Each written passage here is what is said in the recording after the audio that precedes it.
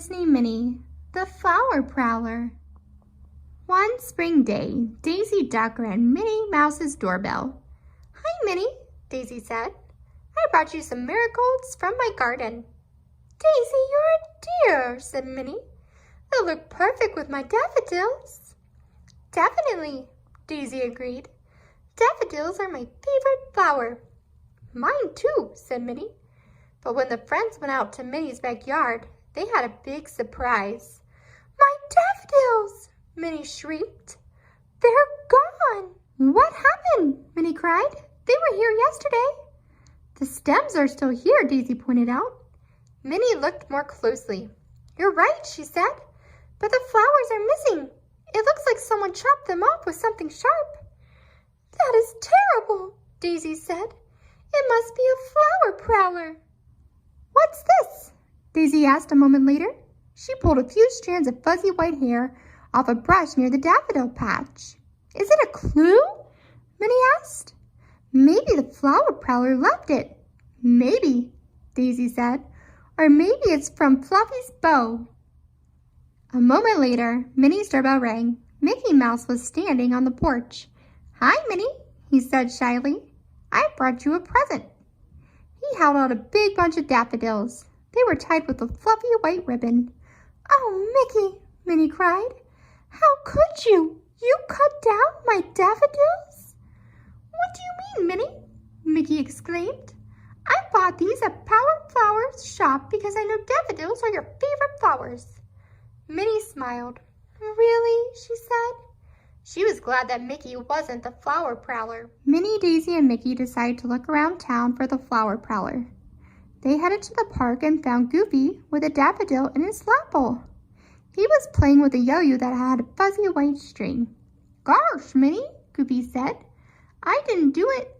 This daffodil came from Power Flower Shop. Mr. Power is having a sale on daffodils today." "Really?" Minnie said. "That's quite a coincidence." Daisy nodded. "Maybe we better check on Mr. Power's flowers right now." The four friends went to the Power's flowers. They peeked in the window. "That's Mr. Power," Mickey said. Minnie saw the shopkeeper with a sharp pair of scissors and a fuzzy white mustache. And his shop was full of daffodils. "He did it!" she cried. "I know it." Minnie and her friends burst into the shop. "Where did you get these daffodils?" Minnie asked. "From a farmer named Mrs. Pote," Mr. Power answered. "She delivers daffodils here every day, but today she brought dozens of extras." "Aha!" thought Minnie. "Where can we find her?" she asked. Mr. Power pointed. "That-a-way," he said. "You can't miss her. She has fuzzy white hair." Mrs. Pote's farm was called Pote's Goats. "Yes, I delivered extra daffodils today," Mrs. Pote told Minnie. "My favorite goat Flower usually eats a lot of them as soon as they bloom. But today, she didn't seem very hungry." That gave Minnie an idea. "May I see Flower?" she asked. Mrs. Pote led the friends to a pen. There was no goat inside. "Oh dear," Mrs. Pote cried. "She must have escaped." "Look, there's a hole in the fence," Mickey said, pointing. "Now what do we do?" Daisy exclaimed.